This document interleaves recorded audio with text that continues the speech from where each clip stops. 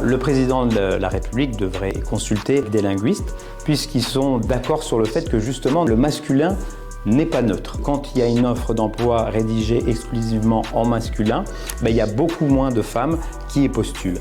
D'où l'importance justement de rendre visible plus de la moitié de la population que sont les femmes à travers notre langue.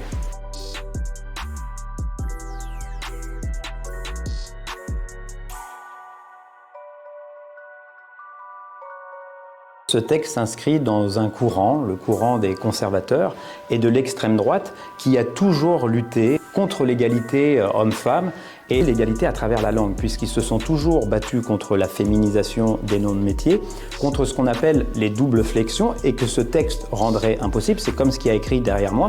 Avec ce texte, si jamais il est adopté, sénatrices et sénateurs, on ne pourra plus les avoir sur des textes officiels, des textes administratifs. Donc en fait, c'est vraiment un combat, je dirais, culturel, d'arrière-garde, qui vise à imposer ce que devrait être le bon ou le mauvais français. Il est très dangereux de penser que ce soit les législateurs qui doivent décider ou non de ce qui doit être le bon ou le mauvais français à écrire ou à parler. Le français, il est ce que nous en faisons et c'est nos compatriotes qui décident de ce que doit être le français et c'est pas à nous d'en décider.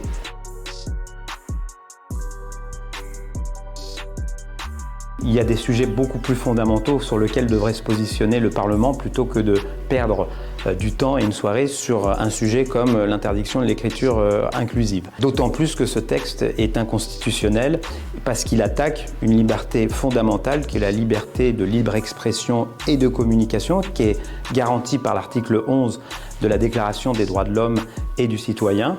C'est uniquement une lubie de la droite et de l'extrême droite. C'est le 9e texte et on fera en sorte de lui réserver le même destin que ceux qui lui ont précédé.